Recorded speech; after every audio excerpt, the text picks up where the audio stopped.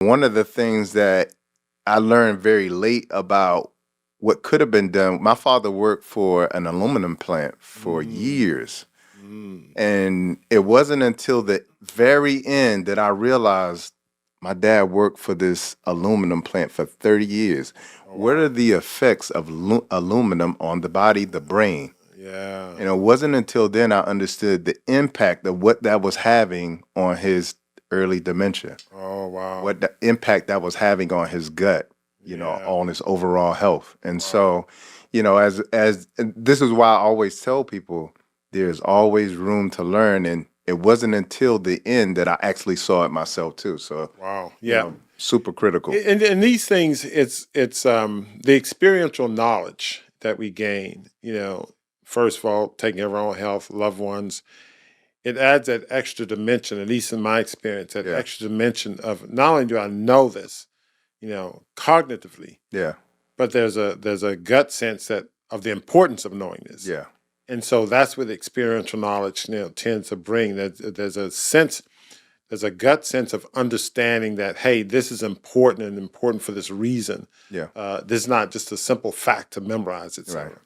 And, one of the things I'm writing about in my next book is how medicine changed in the early 1900s. Mm, And one of the things I talk about is how Rockefeller had an influence on medicine. yep.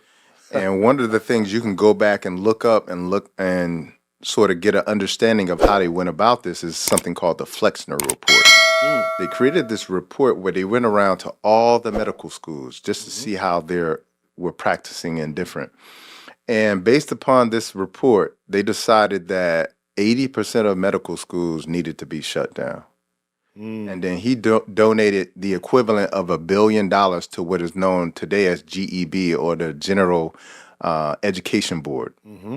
And this influenced a lot of medical schools, which many of them were failing because most people were going to get natural medicine, Yes. in the early 1900s. So many of the medical schools were failing, but the one that wasn't was John Hopkins. Mm, And they deemed them as the bright light mm. in terms of medical schools, and they put all their support behind them. And almost, I believe, 50% of medical schools were shut down. Wow. Almost 80% of, I believe, historically black college medical schools were shut down. And Mm, as a result, they created these new sort of what I would call regulations and policies around what is considered modern medicine and what isn't.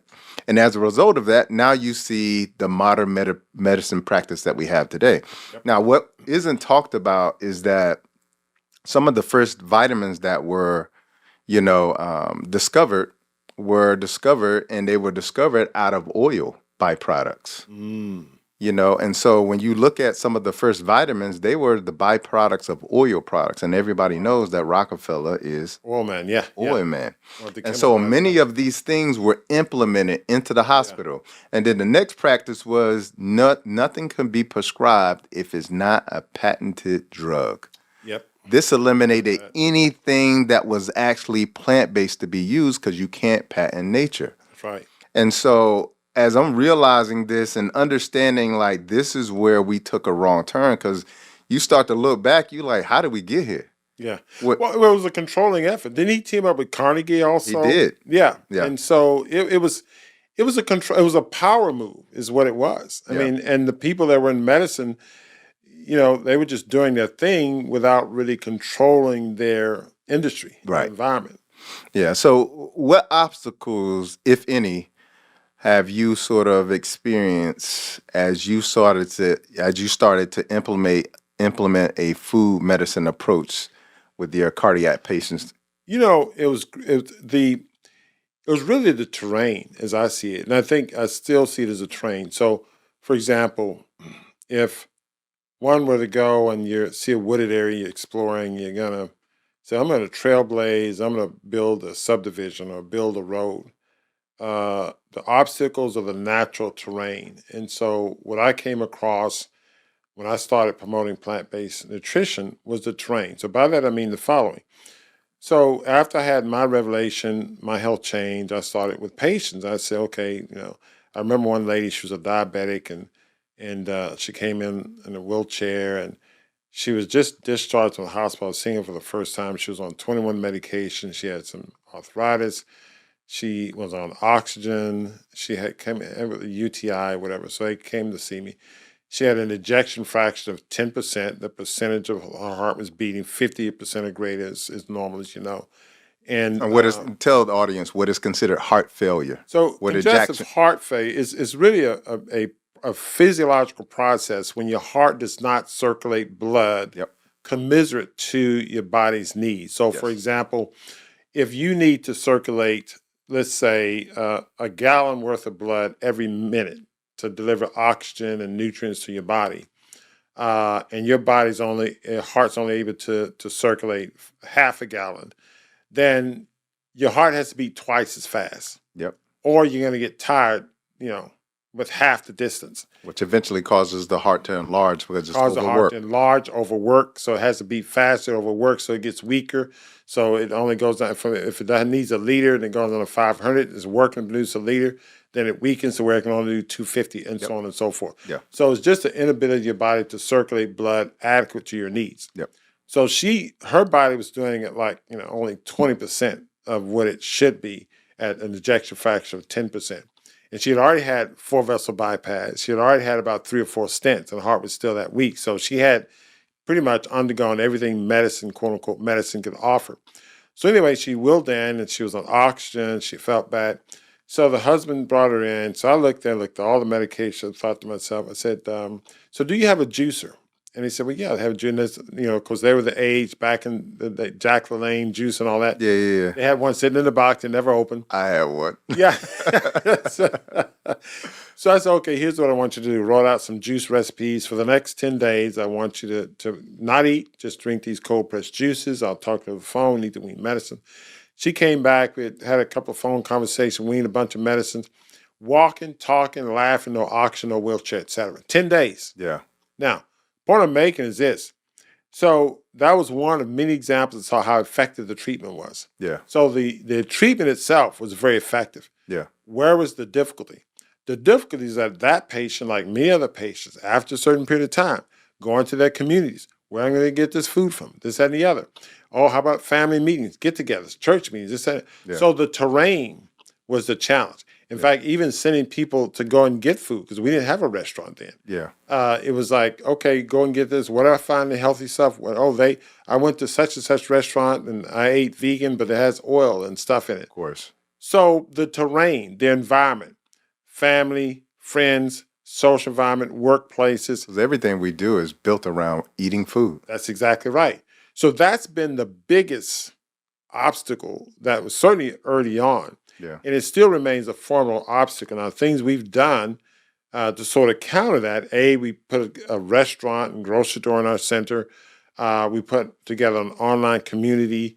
We're working on our own health plan, subscription plan. So we're creating our own cocoon or sets of cocoons, if you will, in which people can operate and get that type of mental, psychological support, Right. as well as didactic support. But that terrain still, that uneasy terrain or difficult terrain still exists because it's our environment that we're dealing with. Gotcha.